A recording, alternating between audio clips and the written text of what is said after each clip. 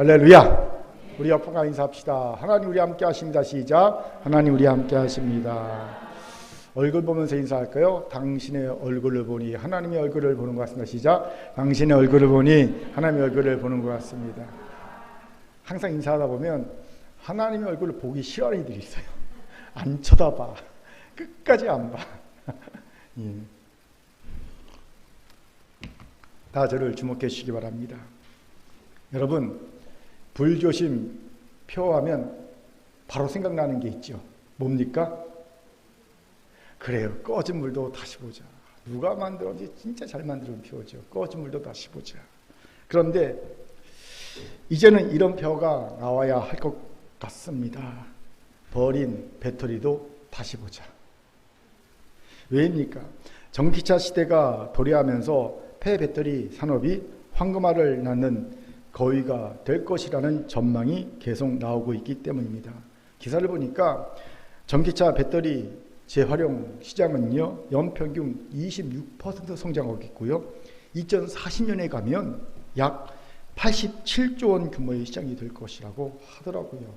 지금은 한 5천억 정도인데, 예, 불과 10몇 년 안에 87조 원의 시장이 될 거라는 겁니다. 이러니 버린 배터리도 다시 보자라는 말이 나올 만도 하지 않겠습니까?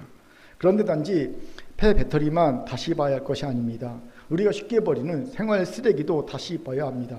왜요?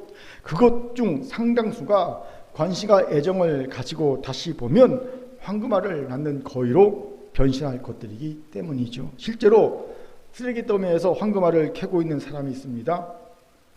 쓰레기 더미에서 황금알을 캐는 사나이라는 책의 저자인 천종건 대표입니다. 이분은요, 우리나라 최초로 재활용 센터를 만들었어요. 시민운동을 하다가 어떻게 하면 환경오염을 줄일까 고민하다가 재활용 센터를 맨 처음 만들었습니다. 그리고 사람들이 버린 것들 그냥 무조건 갖다 주는 것 10년 동안 열심히 수리해서 팔았어요. 그래서 10년 동안 200억의 매출을 올렸다고 합니다. 순이익입니다. 드린 거 없이 남들이 그냥 공짜로 갖다 주는 거 가져다가 수리해서 팔아갖고 10년 동안 200억, 1년에 20억의 매출을 올린 거예요. 어떻게 이럴 수 있을까요? 천 대표는요, 아무도 관심을 가지지 않고 그저 처치 곤란한 것 정도로 인식하고 있던 생활 쓰레기를 다시 봤기 때문입니다. 그리고 그는요, 누구는 전혀 들어보지 못한 아나바다, 아껴 쓰고 나눠 쓰고 다시 쓰고 바꿔 쓰자. 이 아나바다를 이 마음으로, 아나바다의 마음으로 쓰레기 더미에서 옥석을 가려서요, 10년 동안 200억의 매출을 올렸음을 봅니다. 지금은 전국에 6,000개가 넘는 매장, 재활용 센터를 운영하고 있다고 하더라고요. 한 도시에 2개 이상은 안 넣는다고 합니다. 부럽습니까? 그럼 부럽다면 도전하시기 바랍니다. 그런데 우리가 하나님의 사람이라면 정말로 그냥 버려서도 잊어서도 안 되는, 한 번 다시 봐야 하는 것이 있어요. 무엇입니까? 바로 내가 버리고 잊어버린 사람입니다. 내가 버리고 잊은 사람 한 번 다시 봐야 합니다. 그렇습니다. 우리가 참 하나님의 사람이라면 설령 속된 말로 쓰레기 같은 인간이라 할지라도 그냥 버리면 안 됩니다. 쉽게 잊으면 안 됩니다. 다시 봐야 합니다. 왜요? 하나님은 그런 그를 위해서도 독생자를 주셨고요, 그런 그를 찾기 위해 여전히 애타하고 계시기 때문입니다. 이런 하나님의 마음이 잘 표현된 것이 누가복음 15장의 이른 양 비유지요. 우리 4절부터 7절까지 또박또박 읽도록 하겠습니다. 같이 읽죠. 시작. 너희 중에 어떤 사람이 양 100마리가 있는데 그 중에 하나를 잃으면 99마리를 들여 두고 그 잃은 것을 찾아내기까지 찾아다니지 아니하겠느냐. 또 찾아낸즉 즐거워 어깨에 메고 집에 와서 그 벗과 이웃을 불러 모으고 말하되 나와 함께 즐기자. 나의 잃은 양을 찾아내었노라 하리라. 내가 너에게 이르노니 이와 같이 죄인 한 사람이 회개하면 하늘에서는 회개할 것 없는 의인 99으로 말미암아 기뻐하는 것보다 더하리라. 아멘. 보세요. 우리 아버지 하나님은 99마리 양이 있다고 한 마리 정도는 잃어버려도 괜찮아 라고 말하는 분이 아니라는 겁니다.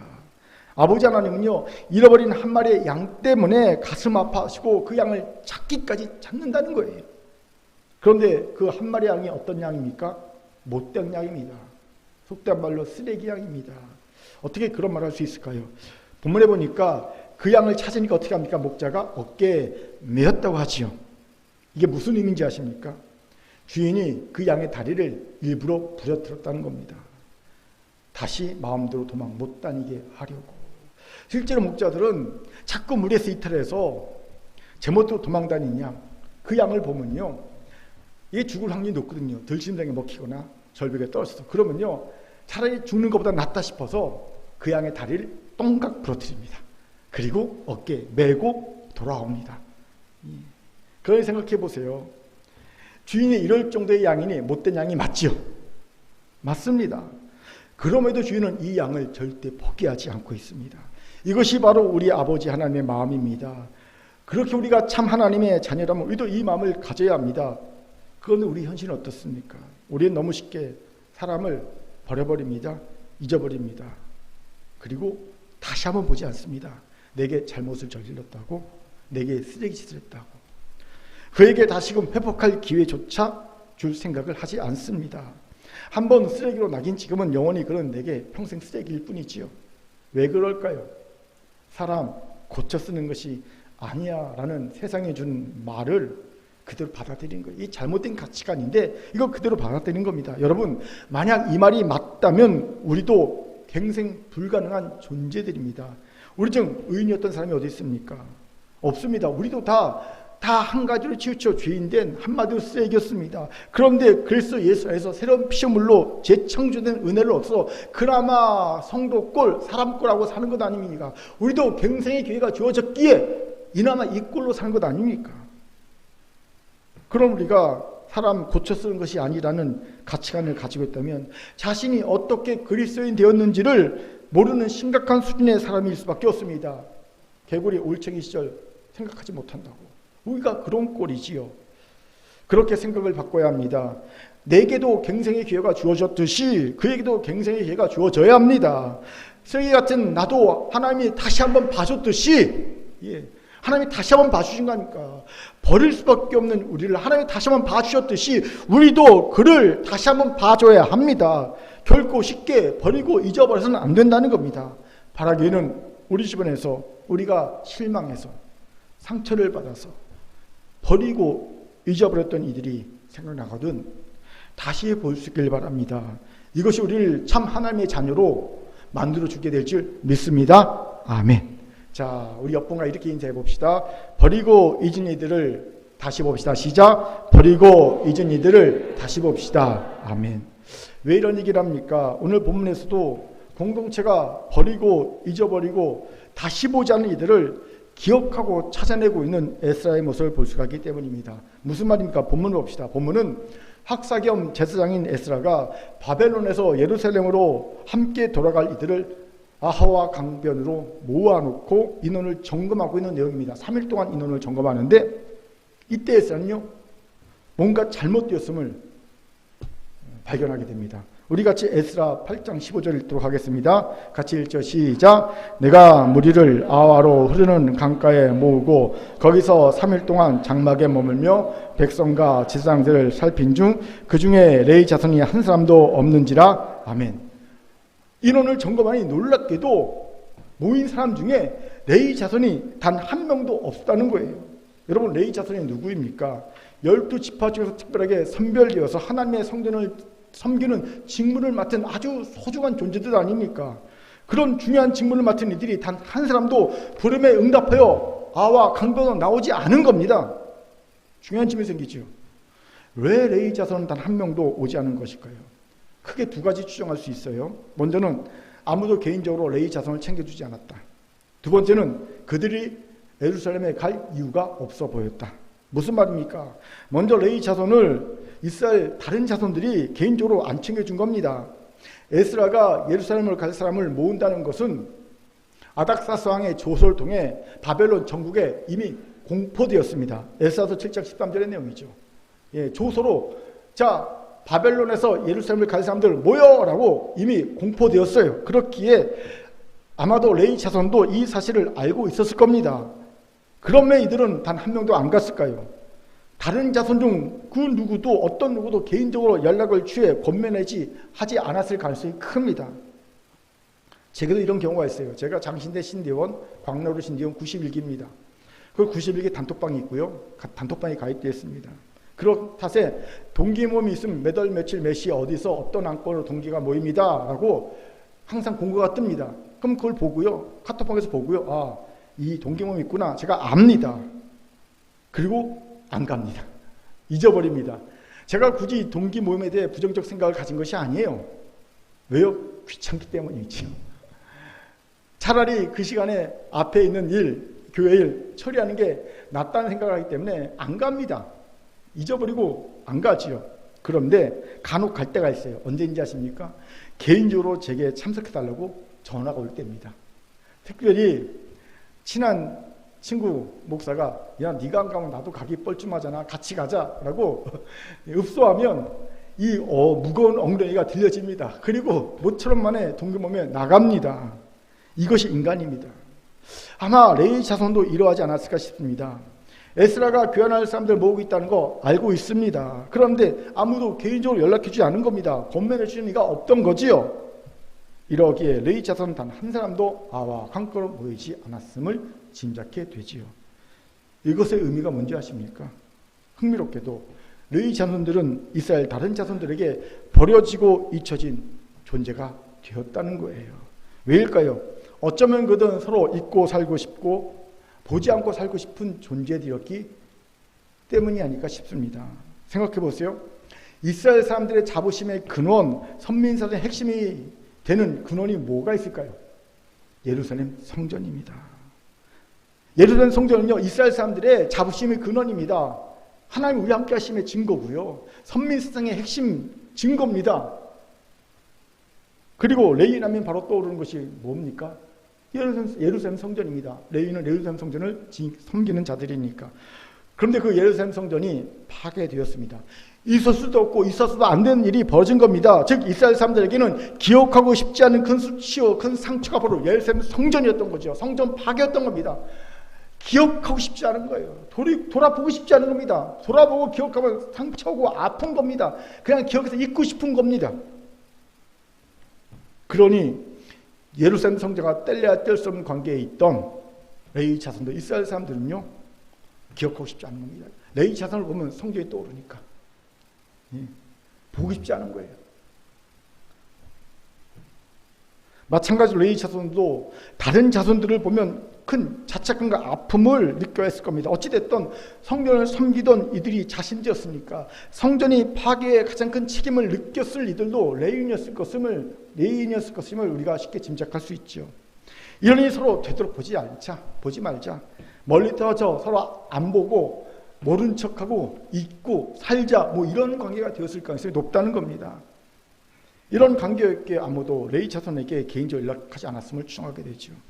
즉 레위 자손은 자의반 타의반으로 이스라엘 자손들에게 버려지고 잊혀지고 다시 돌아보지 않는 존재가 되었음을 봅니다. 두 번째로 레위 자손 단 한 명도 아와 강가로 안 모인 이유로 우리가 추정할 수 있는 것이 뭐냐면 가야 할 이유가 없었던 겁니다. 메리트가 없었다는 겁니다. 세 가지 이유로 그것을 알아볼 수 있어요.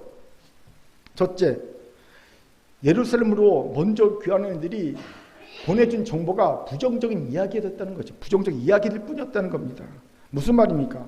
에스라의 귀환이요 2차 귀환입니다. 1차 귀환이요 수르바벨을 중심으로 해서 약 58년 전에 있었습니다. 그때 약 49897, 49,879명이 귀환했습니다. 즉 아직도 많은 이스라엘 사람들이 바벨론에 남아 있었다는 겁니다. 자, 바벨론에 남아있던 사람들의 관심사가 무엇일까요? 예루살렘에 간 사람들이 어떻게 사는가? 나는 안 갔지만 먼저 간 사람들이 어떻게 사는가? 이 초미의 관심사지요. 그리고 어떻게 하든지 그들이 보내는 정보에 귀를 기울였을 겁니다. 그런데 그들이 보내오는 정보는요 부정적이었어요. 좋은 소리가 없었습니다.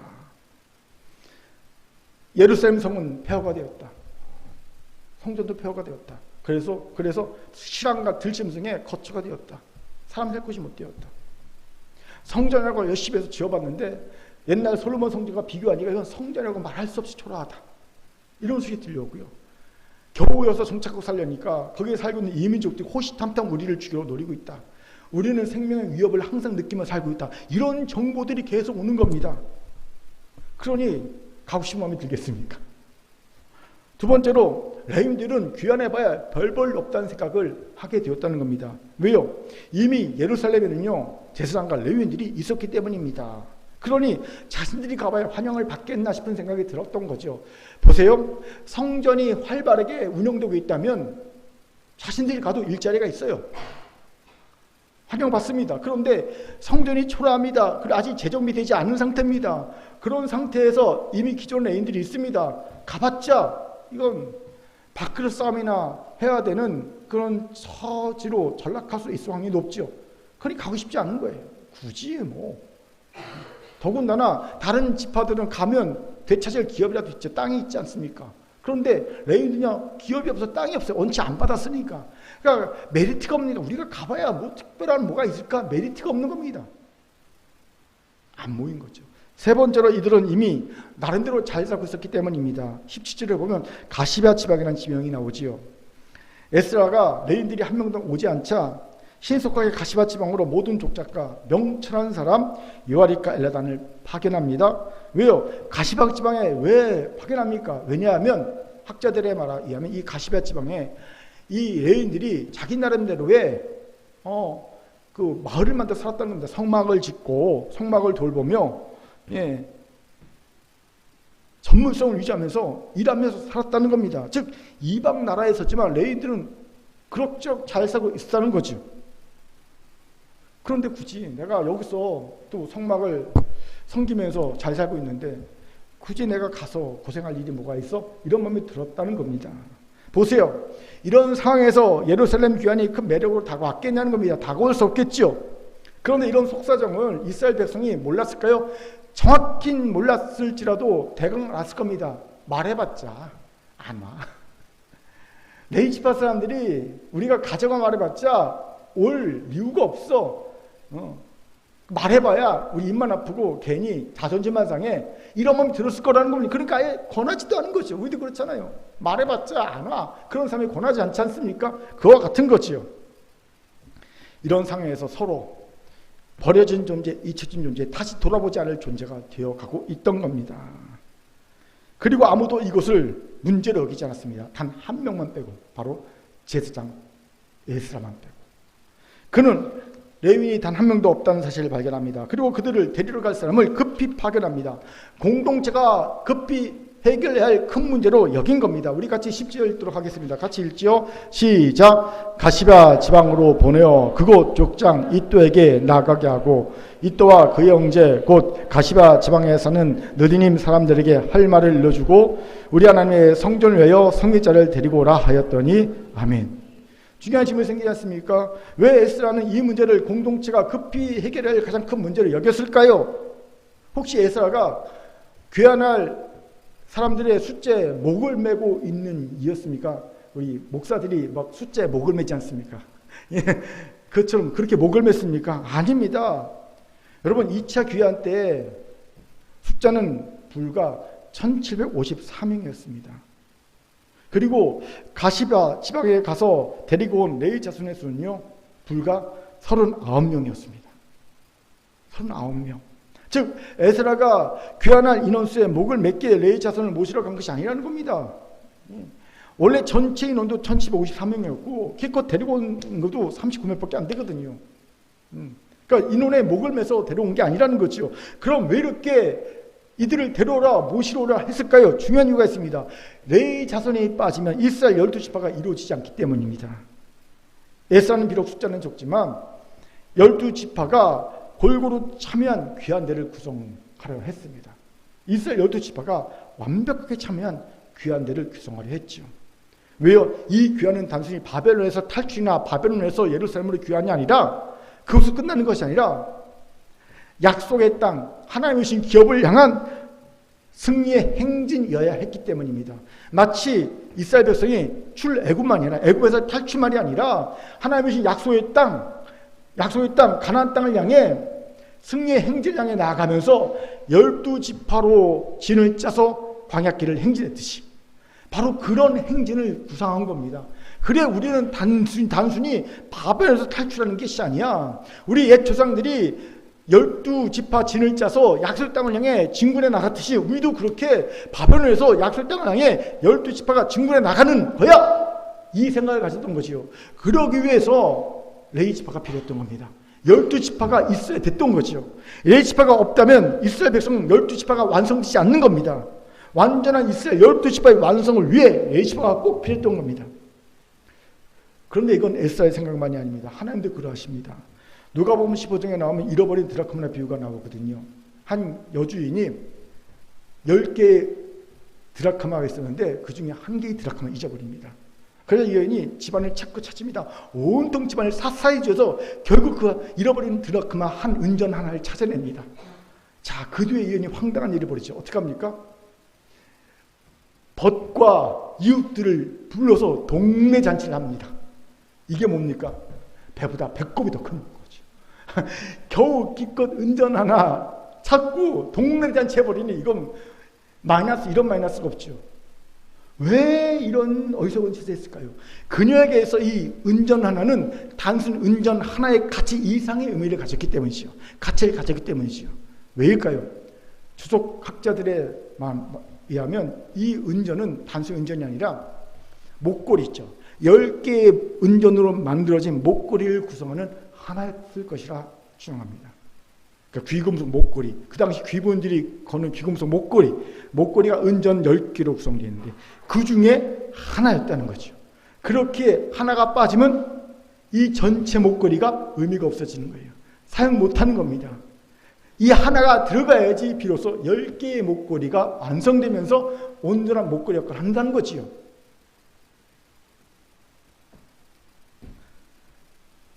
이것이 바로 하나님이 가진 우리가 버리거나 잊어버린 이에 대한 가치와 생각이십니다. 그들이 있어야 우리가 온전해질 수 있다고 하나님이 생각하신다는 거지요. 바로 이런 생각을 에사가 가졌다는 겁니다. 그는 하나님의 마음을 아는 하나님의 삶이었기 때문이죠. 그런데 아무도 이걸 문제시하지 않고 오직 에사만 이것을 문제시할 수 있었던 거지요. 이것이 도전이 되었습니다. 우리와 이스라엘 백성들과 별반 다를 것이었기 때문이지요. 우리도 우리 가운데 없는 레위인을 문제시하지 않습니다. 그냥 버려버립니다. 잊어버립니다. 돌아보지 않습니다. 왜? 그와 우리는 하나님이 귀여기시는 귀금속 목걸이라는 생각 자체를 하지 않기 때문입니다. 그가 없으면 나도 쓸모없는 존재가 된다는 사실을 진정으로 깨닫고 이해하지 못합니다. 사실 저도 그렇습니다. 교회를 목회하다 보니까 성도들이 너무나 쉽게 교회로 오고 갑니다. 자기 이유가 없잖아요. 오고 가고요. 공동체 의식도 없고 신의도 없고 오고 가는 사람이 너무 많다 보니까 그가 없으면 나도 쓸모없어진다는 공동체 의식을 가질 수가 없어요. 현실이 하나님의 뜻을 압도해버린 겁니다. 그런 현실 속에 살다 보니까 이런 생각을 가지는 게 너무 어리석어 보이는 거예요. 그러다 보니까 현실이 하나님의 생각, 뜻을 압도해버린 겁니다. 그런데 오늘 말씀 묵상하면서 아무리 현실이 그렇다 하더라도 현실이 하나님의 뜻을, 생각을 압도하게 내버려두면 안 되겠다는 생각이 들었습니다.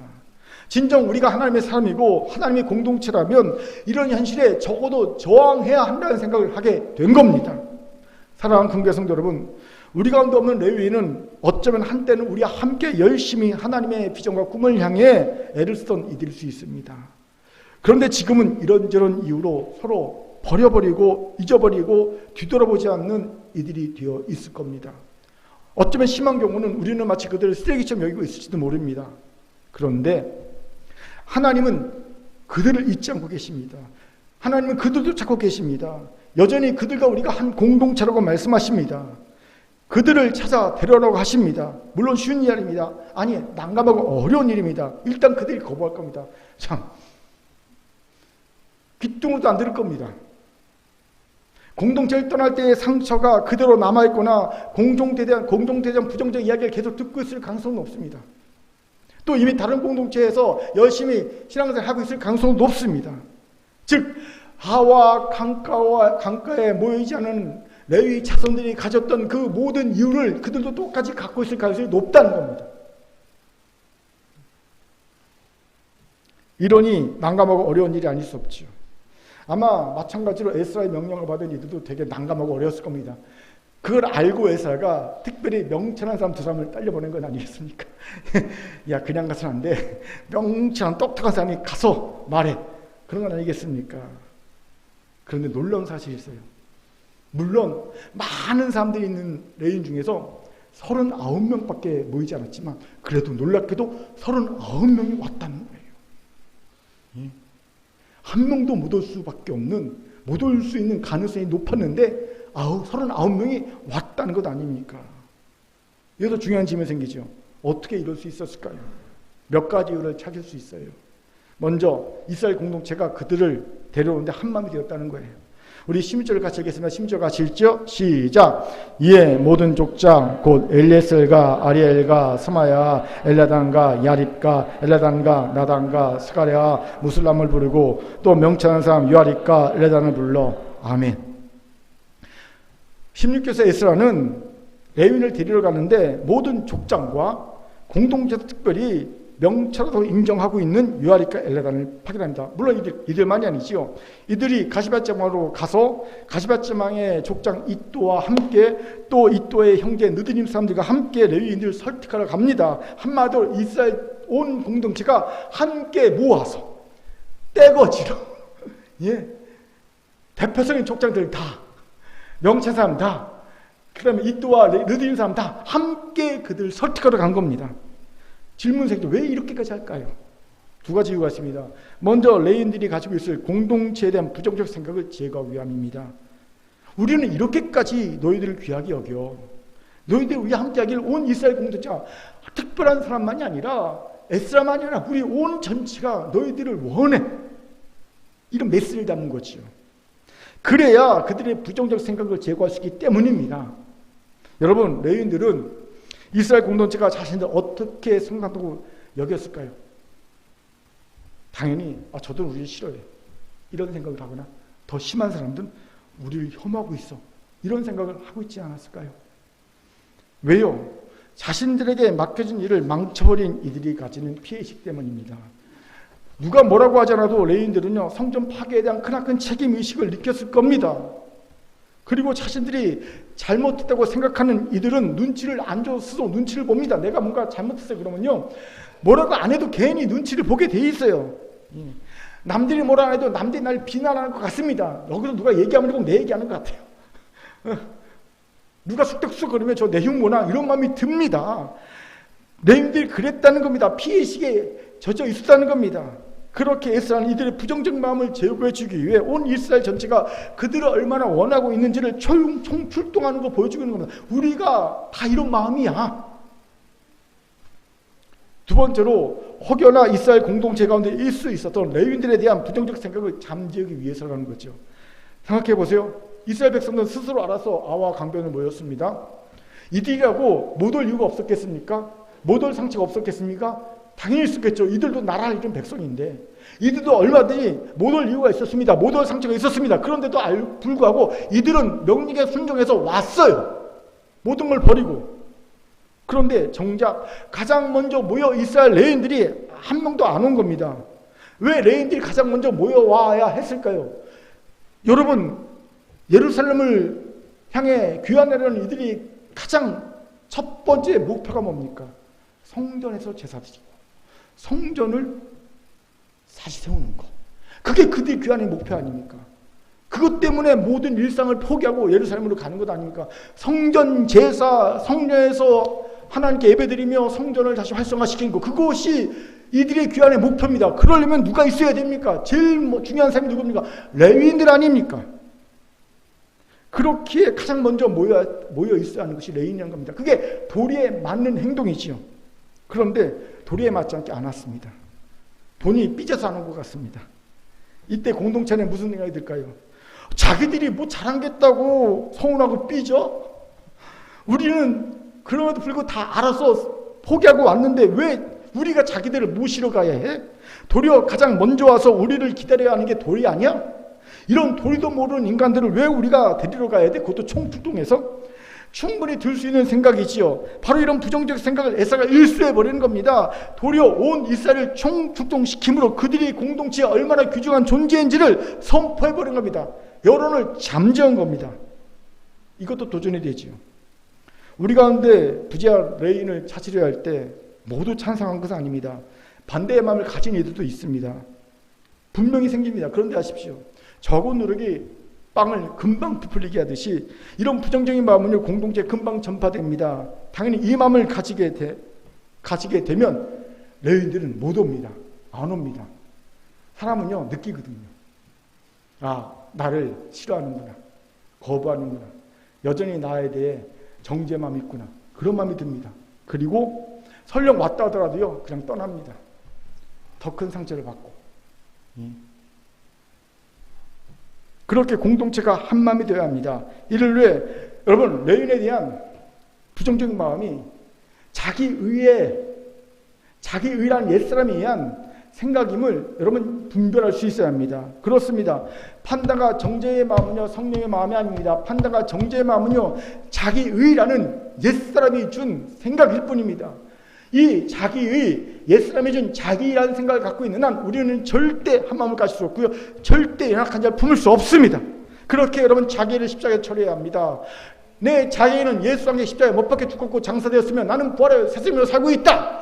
사랑합니다. 감사합니다. 용서합니다. 생명 선포를 하면서 자기를 십자가에서 처리해야 합니다. 그러면 판단과 정죄한 마음이 사라질 겁니다. 공동체 한 마음이 되어서 레위인들을 데리러 갈 수 있게 될 줄 믿습니다. 아멘. 자, 저를 따릅시다. 자기를 버리고 레위인을 찾는데 몇 번 간에서 합시다. 한 마음이 됩시다. 한 마음이 됩시다. 두 번째로 레위인들의 가치와 사명을 일깨워주기 위해서 봅니다. 17절 주목해야 할 구절이 있어요.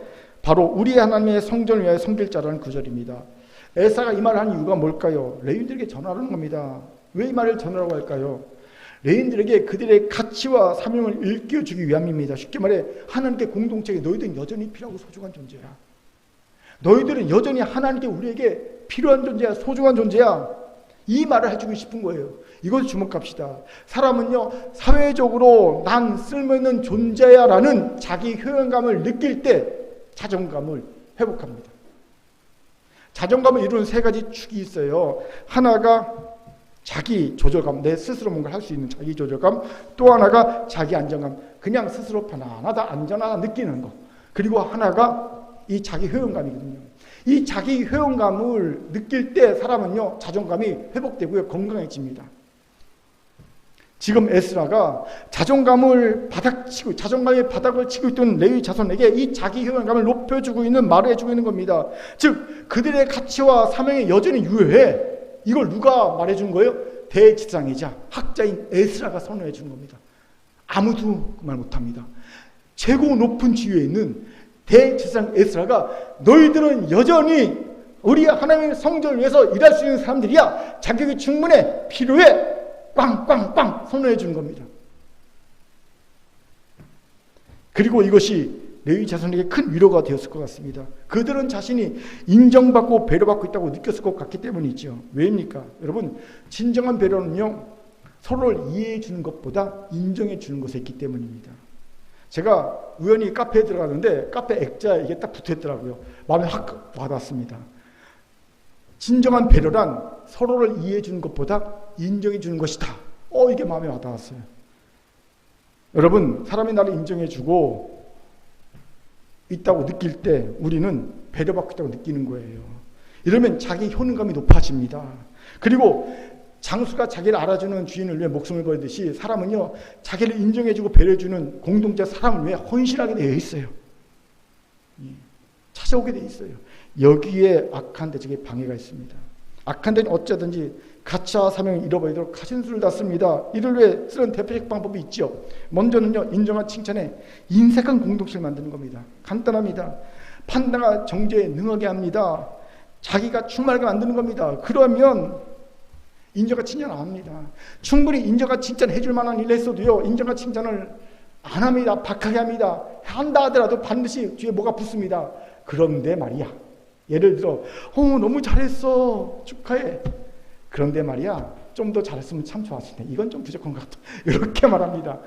왜 굳이 그런데 말이야가 붙습니까? 이거 하지 말아야 합니다. 여러분, 인정과 칭찬을 충분히 합니다. 인정과 칭찬받지 못한 이의 마음에 상처가 남지요. 이거 굉장히 오래 갑니다. 제가도 그런 경우 있어요. 제가 신디언을 건축가 출신이라 재수해서 들어갔어요. 공대 출신이 신디언 들어가려면 1년은 재수해야 되겠더라고요. 재수 들어갔습니다. 그리고 합격 통지를 받고 교회 갈 일이 있어서 교회 사무실에 갔어요. 그랬더니 어떻게 알았는지 교회 사무실에 있던 부목사님과 전수사님과 사무원이 저를 보더니 나영수 형제님 축하해요. 그런 신대원이 붙으셨다면서요. 잘하셨어요. 수고하셨어요. 막 칭찬해 주셨어요. 저도 감사합니다. 막 기분이 너무 좋죠. 합격 통지를 받아 축하해 주니까 근데 갑자기 사무실문이 벌컥 열리더니 지금 고인 되신 담임 목사님이 쓱 나오시더니 이런 말씀 하시는 거예요. 재수해서 곁 붙었는데 무슨 축하야? 재수해서 겨우 붙었는데 무슨 축하야? 그 말 딱 듣는데 부목사님들, 전수사님들, 사무원들이 갑자기 얼어붙은 거야. 아무 말도 못하겠는 거야. 저도 얼어붙었어요. 그때 제가 마치 무슨 죄를 지은 사람처럼 사무실에서 얼른 도망쳐 나왔습니다. 근데 그게 오래 가더라고요. 예. 오래 가더라고요. 예. 물론 돌아가셨다는 얘기 듣고 바로 장례식장에 찾아갔습니다. 예. 여러분, 이게 인정과 칭찬을 받지 못하면요 오래 갑니다. 상처가. 저는 이런 점에서 우리 공동체가 참 잘하고 있다고 생각합니다. 예, 우리 인정과 칭찬 잘하거든요. 하지만 더 잘했으면 좋겠습니다. 여러분, 돈 드는 건 아니지 않습니까? 돈 드는 것도 아닌데 왜 인정과 칭찬 안 합니까? 참 바보가. 인정과 칭찬 안 하는 거예요. 인색한 거예요. 돈 안 듭니다. 인정과 칭찬해서 나쁜 일은 하나도 없어요. 교만해진다고 걱정하지 마세요. 세상 사람들은요 엄청 판단과 정죄 많이 합니다. 그래서 내가 가만히 둬도요 판단과 정죄 막 받습니다. 그러니까 나는 그냥 무조건 인정과 칭찬해 주면 됩니다. 칭찬은 고래도 춤추게 하는데 보통 그러거든요. 안 편하게 아내에게 인정과 칭찬 안 해주거든요. 큰일 날 일입니다. 마음껏 해주시기 바랍니다. 아멘. 우리 고성호 씨 때문에 열심히 할 것 같다. 그런데 대적은 자꾸 우리의 자기를 이용해서 판단하고 정죄하게 합니다. 잘한 일도요 자꾸 깎아내리게 합니다.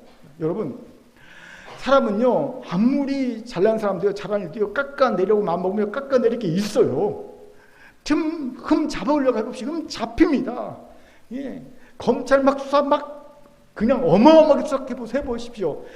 나옵니다. 몇백 군데 압수수색해 보시면 다 나오듯이 나오면 사람은 그렇습니다. 이게 대적 사탄의 방법입니다. 어떻게 깎아내리게 합니다. 이제 대적 사탄에 이용당하지 맙시다. 인정과 칭찬의 풍성한 공동체를 만듭시다. 아멘. 두 번째로 실수와 실패에 대해 가혹한 공동체를 만드는 거예요.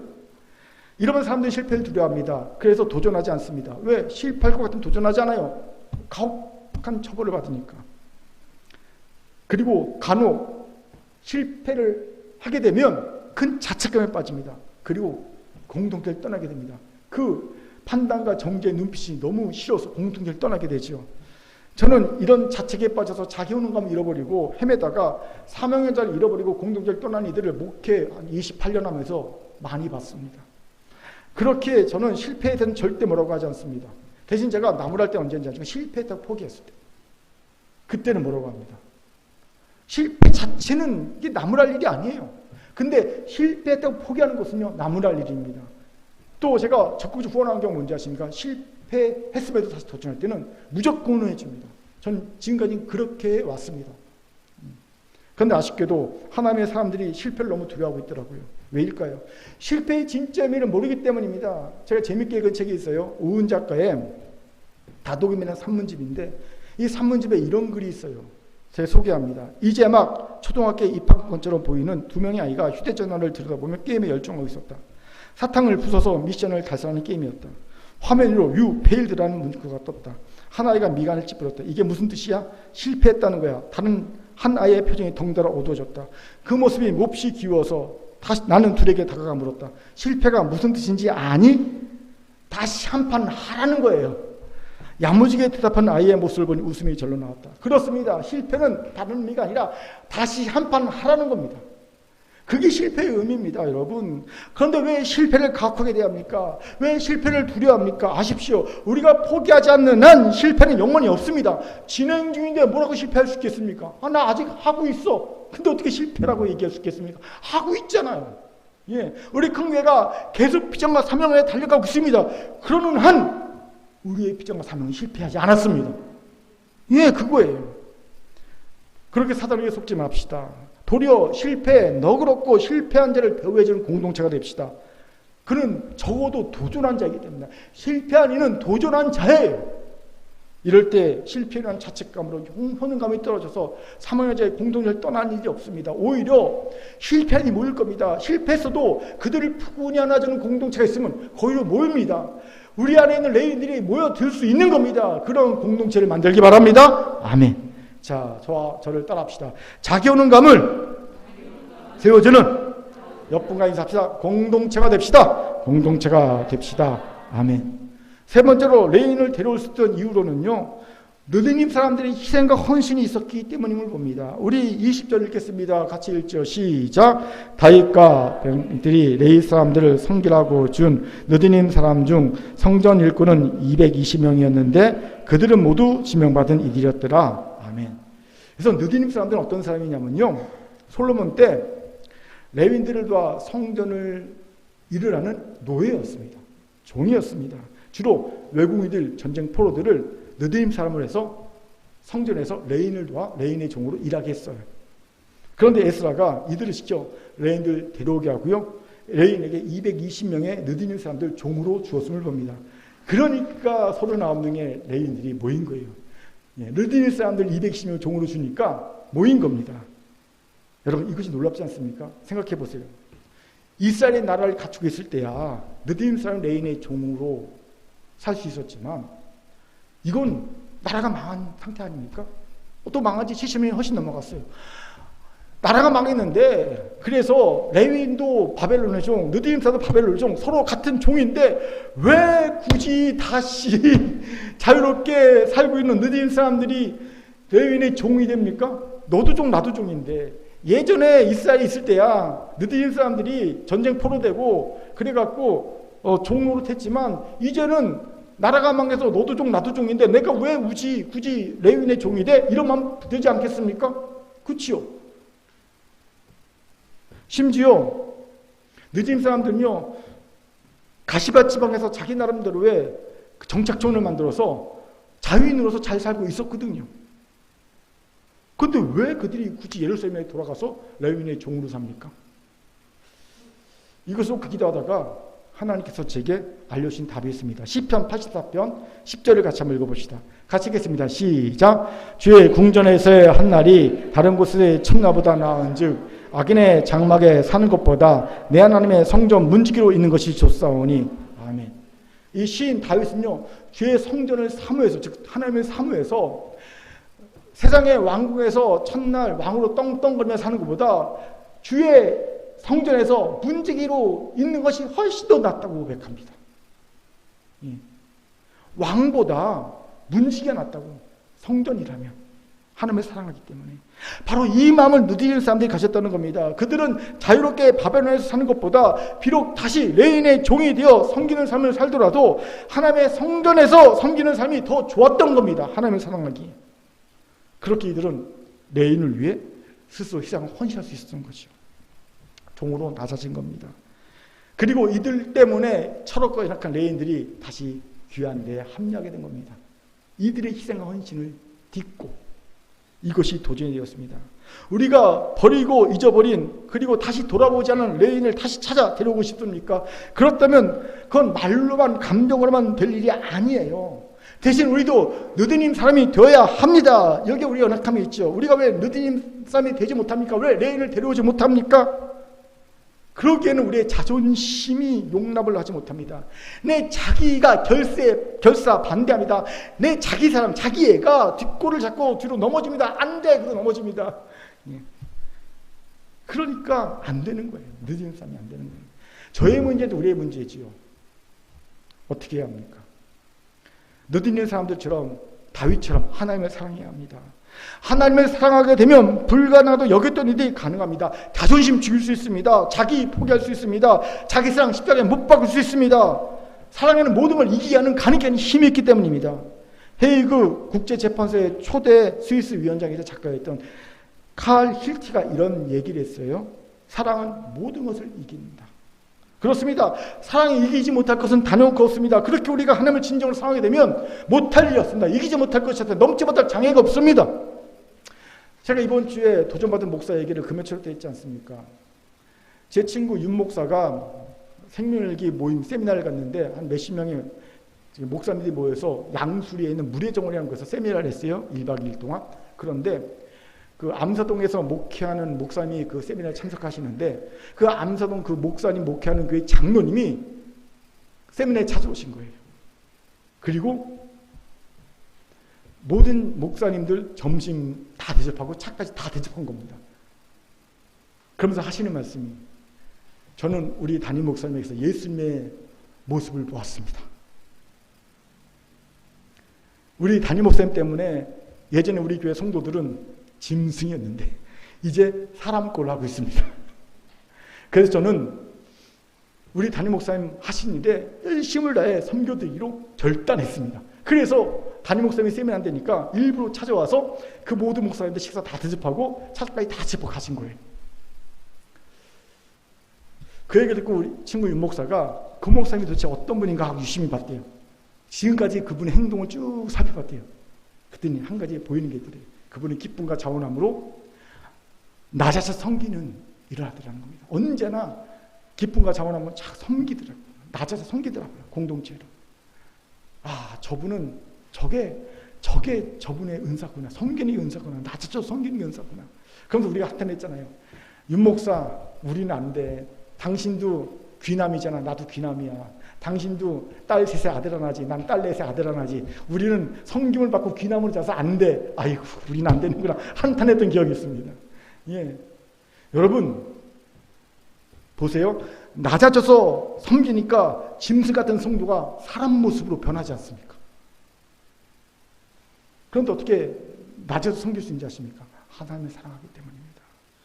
하나님을 사랑하게 되면 낮아질 수 있어요. 섬길 수 있습니다. 기쁨과 감사의 마음으로 희생할 수 있습니다. 종이 될 수 있습니다. 그렇게 우리 하나님을 사랑합시다. 하나님은요, 우리가 사랑하기에 차고 넘치는 분이십니다.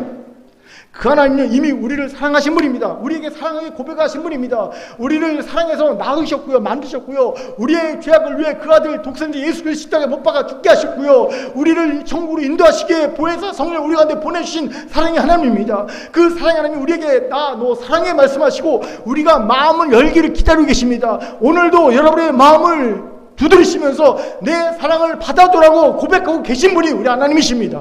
그리고 우리가 마음을 열면 됩니다. 마음을 열고 그 사랑을 받아들이면 우리도 하나님과 사랑하는 관계가 됩니다. 사랑하게 되면 가능합니다. 무엇이 할 수 있습니다. 우리도 낮아질 수 있습니다. 섬길 수 있습니다.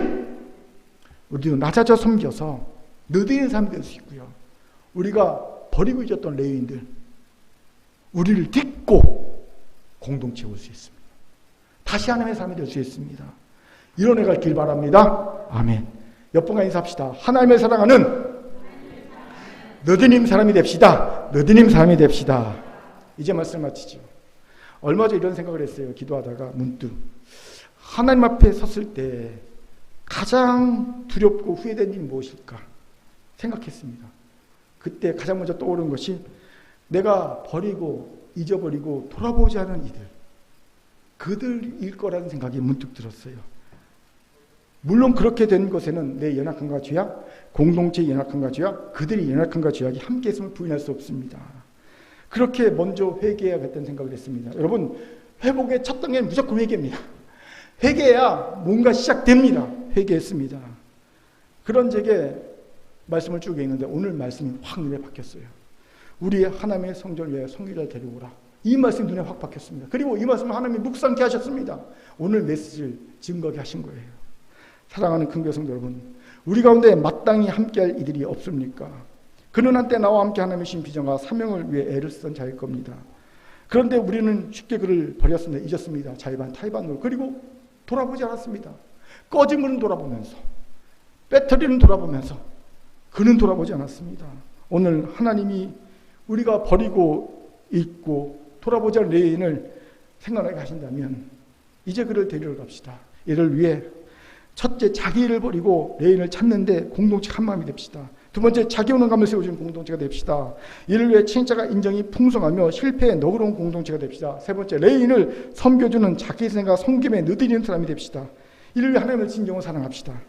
오늘 본문에 에스라가 말합니다. 하나님의 선한 손이 도우셔서 39명의 레인이었다고. 우리도 마찬가지입니다. 하나님의 선한 손이 도우셔서 우리 함께 하셔서 우리의 잃어버린 레인을 찾게 할 줄 믿습니다. 하나님의 말씀이었습니다. 아멘. 기도합니다. 사랑과 자비한 참 감사합니다.